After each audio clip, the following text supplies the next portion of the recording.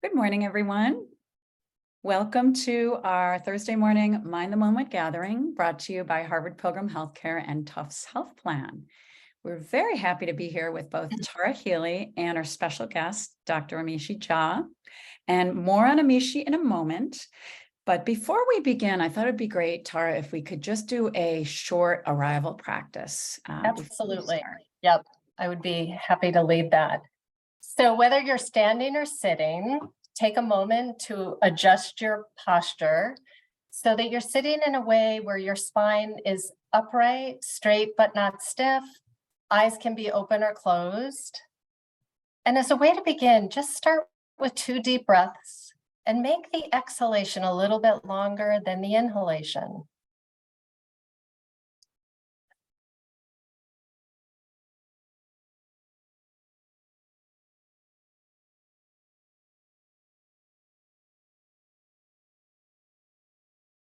And bringing the mind and the body together in this moment and letting go of what has happened so far today and releasing anticipation of what's next. So as you settle into the seated or the standing posture, allow your weight to surrender into the support below. And notice the points of contact with the back of the body and the surface. And notice the physical sensations in your body from your activity so far this morning. And for a moment, becoming aware of sound that might be in the room or outside of the room that you're in. And just hearing.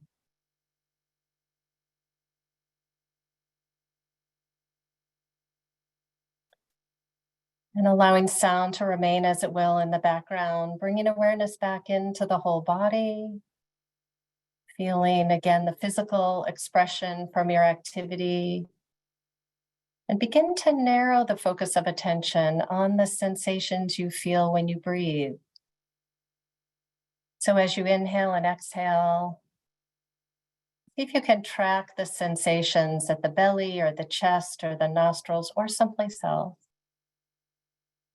And breathing at a natural pace for you. So as you breathe in and breathe out, just following the sensations of your breath.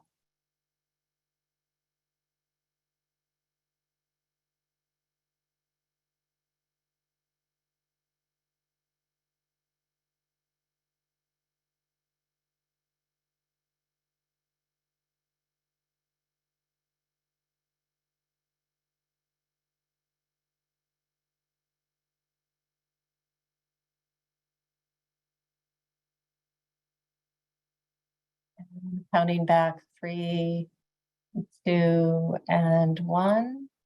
As you feel ready, allow the eyes to open and take a moment just to reorient to your surroundings.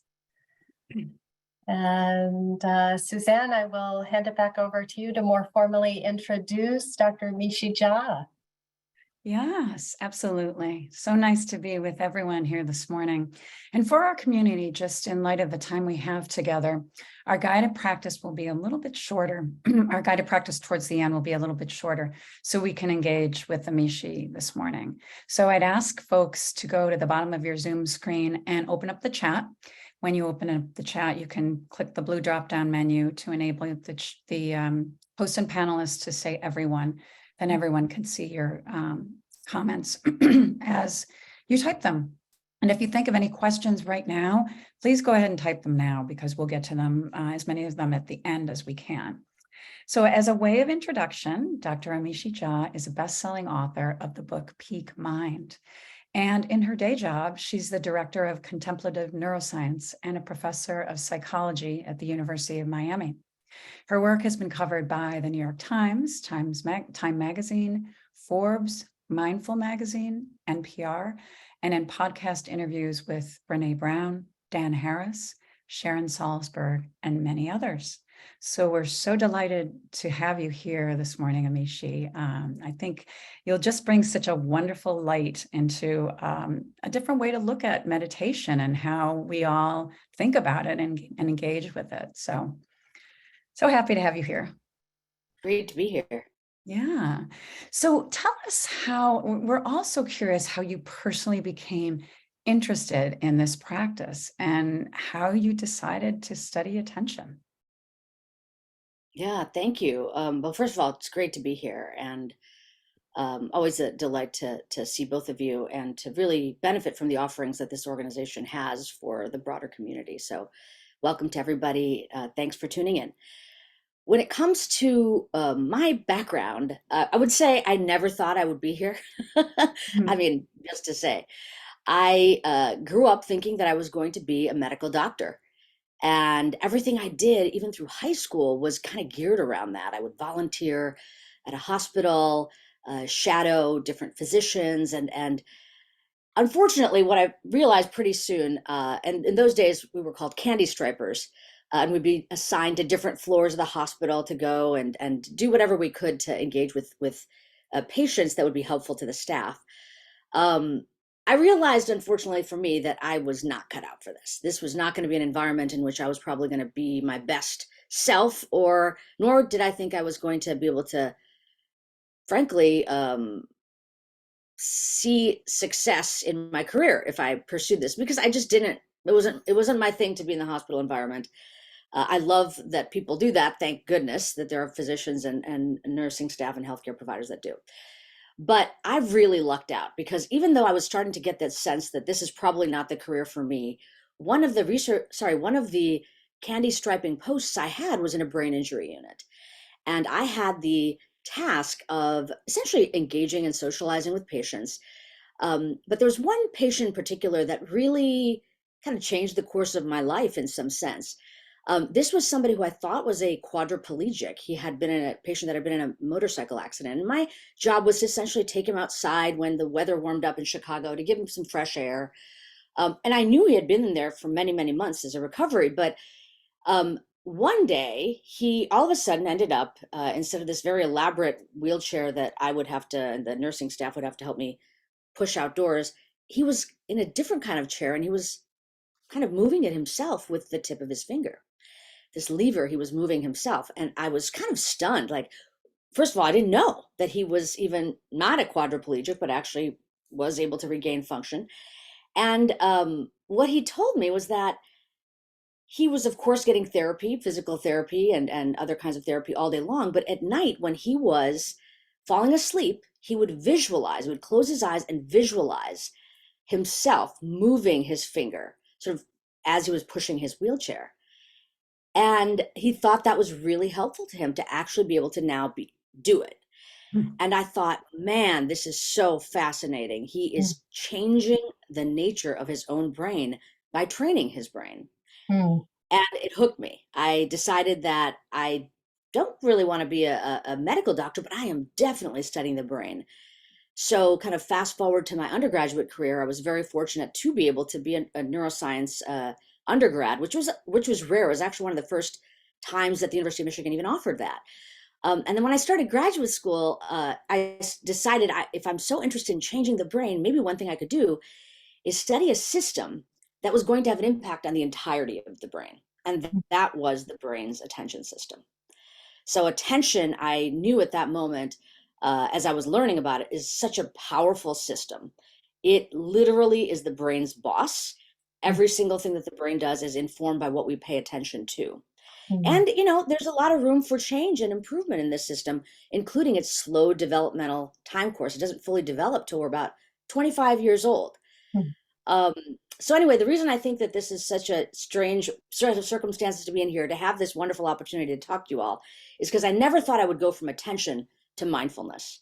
But mm, just to touch on a brief set of personal circumstances, at some point in my research life, when I had my own lab, we were trying to see what we could do to this very powerful system to make it fail. How do we actually mess it up? And we came up with a whole bunch of stuff that would consistently mess it up in these contrived situations in the lab. Things like negative stimuli that we'd present, or stress people out. Tell them to go faster, tell them they're messing up, or threaten them that you're going to be evaluated. And when we did that, yes, on cue, attention failed. So it, it became clear to me that this boss will sometimes, brain's boss, attention, will sometimes fail us. And the very circumstances in which it fails us are the ones where we probably need it the most. Mm. So I started becoming curious to go on the hunt for something that might protect attention. And that's how mindfulness entered my lab's work. It was out of all the things that we tested out, the only thing that reliably and consistently and robustly protected and strengthened attention, which is how it changed the kind of course of my life and career. And Amishi, it's interesting because a lot of people are doing sort of brain games, different kinds of games to help improve. So what does the research say about those in terms of strengthening attention versus mindfulness? Such a good question. And that was one of the things that we tried in my lab as well, is there's a whole industry around Right. brain games to train Yeah. the brain. And I will say that if somebody is truly compromised, like they've had a stroke or have some kind of debilitating neurological disorder, those games can be very helpful to regain some specific functions that are tied to what the game is training. But for Yeah. most folks, they will be able to engage in the game and they will get better at the game. And then not much else. So it's a problem of what we call far transfer. You can transfer near to what you train, but the brain is so efficient that it'll pretty much just get better at doing the thing. And now, for example, if I'm trying to train my attention and I now say, okay, how do I apply this to my actual life? Go from playing this simple game to now I want to be able to write an email with more focus. I want to read a book without being distracted. I want to have a conversation without going off very many directions. It does not seem to transfer over to those aspects. Whereas mindfulness does. And that's what was key, is that the training with mindfulness relative to brain games, even certain kinds of technological solutions like light and sound devices, mindfulness was able to integrate and sort of penetrate real world transfer for people. So they did feel they could focus better in their lives. Yeah, interesting, because the practical application of that, the near and far as you describe it, Suzanne and I were talking earlier about how, when you're introduced to someone and you forget their name immediately, or you get to the bottom of a page in a book and you're like, wait a minute, what did I just read? So yeah, so interesting to hear that kind of near and far. And, Amishi, I want to say that you wrote this book, Peak Mind, which is such a wonderful book. And along these lines, what we're talking about, what is a peak mind and how can we strengthen it? Yes, thanks for mentioning the book. The book essentially is the culmination of all this work, over 2 decades of work, where we were coming to solutions, interrogating very carefully and really with a high bar for research standards, and finding solutions. And I was just wanting to make sure that that information was accessible to the world, because most of our work was with very specific groups: military service members, first responders, medical and nursing professionals. To me, a peak mind is what those professionals and many other professionals need, which is not so much about, when you hear that term, you might think peak, I'm at the top of the mountain. I'm like, I've done it all. I'm the most successful I'll ever be, which is wonderful, but that's not really what I was referring to. I was referring to a mind that has full access to all of its capacities, so that this diminishment we were seeing with attention because of stress or threat or negative mood wouldn't occur. And with that mind, it doesn't really matter if you're at the peak of a mountaintop or in the middle of a very difficult situation on terra firma, so to speak, and you will have the best capability to meet the moment as it is. And that sometimes means that it may not be your best performance, but it may be the best performance you can offer under those circumstances. And with so many different communities, we see this. I recently had the opportunity to talk to folks in Ukraine, sort of frontline psychological health providers for the Ukrainian military. And it's the same idea. It's that in this circumstance, things are extremely difficult. We're scared. We have an existential threat upon us. How can we behave in a way that best supports our ability to be in this moment? So we're not further disadvantaging ourselves because we've lost our attentional capacity. We can't regulate our mood. We are being reactive and we're disconnected from each other. So that's that. A peak mind is a mind that's the opposite of that. That's fully resourced to meet the challenge. Yeah, really super helpful. And especially thinking about what we've been through the past 3 years with the pandemic and racial, social, environmental, political, all of the unrest wrapped in this global pandemic clearly erodes our attentional capacities. So you talk in your book about different types of attention and different types of meditation, and I would love to guide us in a meditation. One is called the juggler. Do you want to tell folks what that is? And then I'll do a very brief practice. With the juggler? The juggler. Yeah. Do you want to okay. do you Yeah, want to sure. Yeah. So out of the three, there's three different systems, and the juggler of the three is what we call formally executive control. And this system's job is to ensure, is that the one you want me to talk about? You know what? Actually, flashlight. I think Okay, that's what I thought. Yeah, I was trying to mind meld with you. I thought you were talking about the flashlight. I was like, no, but yes, curious you are of what absolutely she's correct. gonna We'll lead. do flashlight. I think that would be a good one. Okay, Yes. all are good. And in fact, all of the Good. practices actually tap into all three main systems of attention. So you're getting a three-fer, which was one of the Right. reasons mindfulness training was so powerful, is that regardless the system, the major system of attention, there's an aspect of mindfulness practice that really does strengthen it. But the flashlight is tied to what the juggler does, this executive control function. Yeah. But the flashlight is essentially what we might call focus. And in brain science terms, it's formally called the brain's orienting system. And I talk about it with this metaphor of a flashlight because its job, just like an actual flashlight, is to highlight or illuminate certain information, but everything else around it, that's not where you're directing your flashlight, is darkened and disadvantaged. And why do we want this? Well, there are sometimes we definitely want to highlight what's relevant and disregard what's irrelevant, or else we're really prone to distractibility. So in the brain, it actually is the case that when we direct our attention to something, it does seem brighter, more salient, more alive.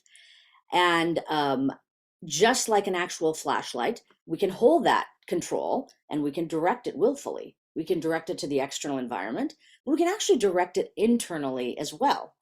And you were mentioning memory, right? Somebody introduces you to a new person and you don't remember their name. What happened in that moment? Well, that wasn't actually a memory failure. That was a flashlight failure. Because if you weren't paying attention to the name being said in that moment, you aren't going to highlight it so that it can then get encoded and remembered. So we use it for the external environment and our internal environment. But one other thing to say about the flashlight, and then I'd love to have you guide us. Sure, yeah. It can get yanked. So not only do we direct a flashlight, but imagine you're in a darkened room or a darkened path and you hear a strange sound. You're going to point that flashlight wherever it is that you hear the strange sound come from. And what does it go toward? Novel, strange, potentially dangerous, self-related. These are all the kind of qualities of what will grab our attention, which can end up being a source of distractibility if we want to be pointing it to something else.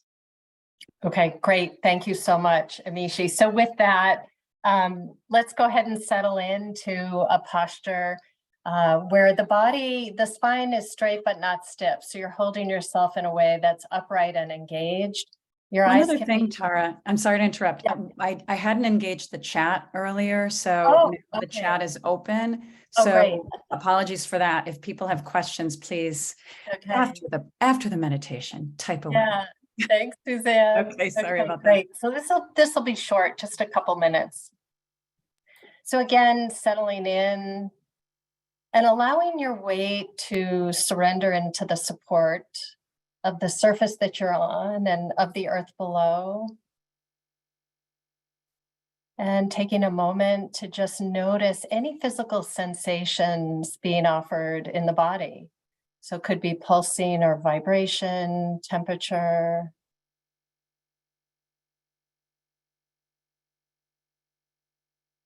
And expanding outward a bit to include sound in the room or outside of the room. And allowing sound to remain in the background as it will, beginning to bring awareness back inward to the whole body. And let's go ahead and aim that flashlight now. We're going to narrow the focus of attention on breath sensation. So really highlighting with the flashlight the sensations you feel when you inhale and when you exhale, wherever in the body it's most noticeable to you. So it could be the abdomen, chest, nostrils, or something else. So we're just narrowing the focus of attention. And as you inhale and exhale, tracking the sensations of the breath in and breath out. And thoughts will naturally slip in unnoticed, and there'll be a point where you notice. And as soon as you notice, soft mental note thinking, soften the body, and bring that flashlight back to the sensations. The same with sound or another body sensation. Allow your attention to go to that for a moment, acknowledge it, and then escort the attention back to breath sensation.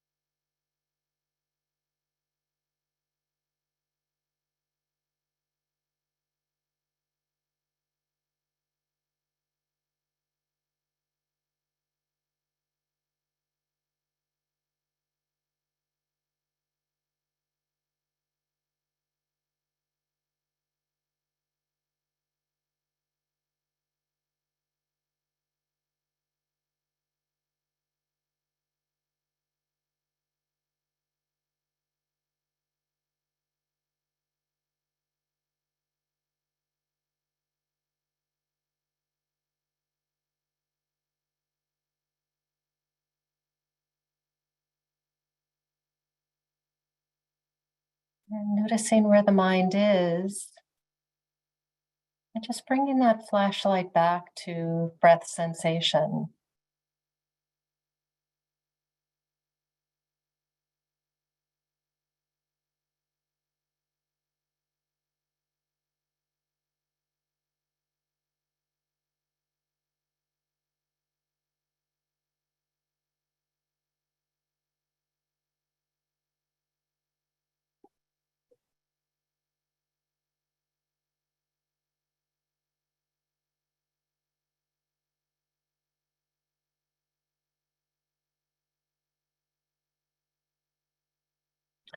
And counting back 3, 2, and 1.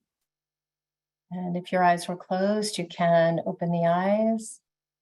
And again, take a moment to just reorient to the room that you're in, to the space that you're in. And I know, so we still have 5 full minutes left. And we can see if there are any questions. Suzanne, any questions in the chat? I think people will start typing them in now. Yep. But yeah, I do have one here. What does the act of forced focusing with flashlight, why does the act of forced focusing with a flashlight work to our benefit? I think this goes back actually to what we were talking about before with the juggler. So the juggler is actually a different system that's about our goals. And it's ensuring that our goals and our action are aligned. The forced aspect is essentially saying, let's have a goal in mind. And we always have a goal in mind, whether it's a goal that we thought we had or some other kind of goal. Like, for example, if there's delicious food, we might always have a baseline goal of like, I want that food. Forced focus, essentially, I don't know what you mean by that exactly, but one aspect of it is to ensure that what we are doing and what we choose to do based on our goals aligns. And that can be helpful because it's tuning us up to make sure that our actions and our wishes align. But knowing that and keeping it at the front of the mind allows us to train the mind to get back on track with what we want to be doing during the practice. I wonder too, Amishi, it's almost like kind of weightlifting for the brain in a way. You're bringing back doing reps against, instead of a weight, the thoughts. If it helps to create some like stabilization or calibration so that mindfulness can work more effectively. Yeah, and it's also a wonderful backdrop against the mind wandering away. Right. Because if there is a goal and the goal is to stay focused, you are aware, when you become aware at some point that that's not where the mind is. And then the whole terrain of what the mind wanders to, its frequency, and then what we do with the mental content as it arises is its own sort of growth journey. Right. Though the explicit instruction has come back when you notice the mind wandering, there may be aspects where we notice, I keep going back to that thought. Sort of like a sore you might have in your mouth and your tongue keeps going back to that spot. It's like, oh, what is that? And then even after the fact, even after the practice is over, it might help provide some insight into aspects of your life that you may need to take a deeper look at outside of practice. So there's many benefits to having a target object during the practice, I think, that can be beneficial. Yeah. Yep, for sure. Wow, there's a lot coming in. And I want folks to know too, that next week on Wednesday, we're doing a Facebook Live event with Amishi, and the information on that can be found on point32health.org/Peak Mind Challenge, the link to join. So, but go ahead, Suzanne, you got And it. I'll save the chat if for any reason some of this can be answered. But someone's mentioned that they were curious if mindfulness is used to treat attention deficit disorders. Yes, absolutely it is. Hmm. The way it's offered to children and adults is not going to be the same way it's offered to folks that don't have attention deficit disorder. But these same features of focusing, noticing, redirecting, and then repeating tend to be aspects of attention that can be strengthened in folks with ADD. What we know from the literature on attention deficit disorder and mindfulness is that it's definitely beneficial, but you've got to go slowly, make the practices more active, ramp up with more care. So for example, though even the subtitle of my book talks about 12 minutes a day, we wouldn't start off with 12 minutes a day with a child or with the child with ADD or even adult with ADD. We'd probably start with walking meditation instead of eyes closed, and then we'd slowly quiet through the series of activities and build the time. In one of the projects we did, we weren't doing 12 minutes a day till the end of the 8th week of the training. So it is Makes beneficial, but the method is slightly different than it would be for those that aren't. Yeah, that And makes one sense. more question I want to slide in. Do you have any tips for disconnecting from social media in a realistic way? I thought that was interesting. Yeah, I mean, in some sense, the practice would be treating your engagement with social media, even your phone, I would say, as a mindfulness activity. And while most of what we experience is mindless, we are in the app already scrolling and for 10 minutes before we wake up. Instead, we want to treat the moment we pick up the phone, the moment we click on the button for the particular app, our engagement with it, have the goal in mind of why you're on. Once that goal is achieved, disengage. You can go back if you choose to, but treat it in the same way you would a mindfulness practice. There is a focus. I'm noticing where my mind is. I'm keeping in mind the goal, and I'm redirecting back, and I'm setting limits on what I do. And the other aspect of this is we need to force social media companies to help us do this. So for example, having to go to another screen is a break point that makes us wake up to like, do I want to keep doing this? Or asking us, you've been on for X number of minutes, do you want to continue? So it's both our brains being able to be better trained, but it's also advantaging our brain because it's frankly doing exactly as it should be when it's engaging with this kind of mental content. It's getting sucked in. Thank you. Hopefully that helps a little They bit. wanted us to do, right? Yeah, that is so. Exactly. Yeah. We are the product. Our attention is the product. And Yeah. we've got to know that that's the relationship we're in with a lot of this technology. Yeah. Yeah. Well, thank you so much. This has been absolutely fascinating. There's so many fabulous comments in the chat. So much more to be dug into, but Peak Mind maybe picking up the book would answer some of those questions. And then, and I know Tara, we have the next date is May. It's Wednesday, next week on Wednesday. Yep. 1 to 1:30. Yep. Yes. Yeah, so that would be great. So join us, bring your questions. The link is right there on that website. But the book, highly recommend it, and the different types of attention and meditation practices to support the cultivation of attention. So thank you, Amishi, so much. This was Yeah, really, really helpful, and looking forward to seeing you next week, and just further collaboration. Sounds good. And if anyone, it's www.point32health.org/peak mind. You can get any of the information and the recording. So thanks again, Amishi. Thank you to Tara. Thank you. And see you Yeah. all soon. Have a good rest of your day.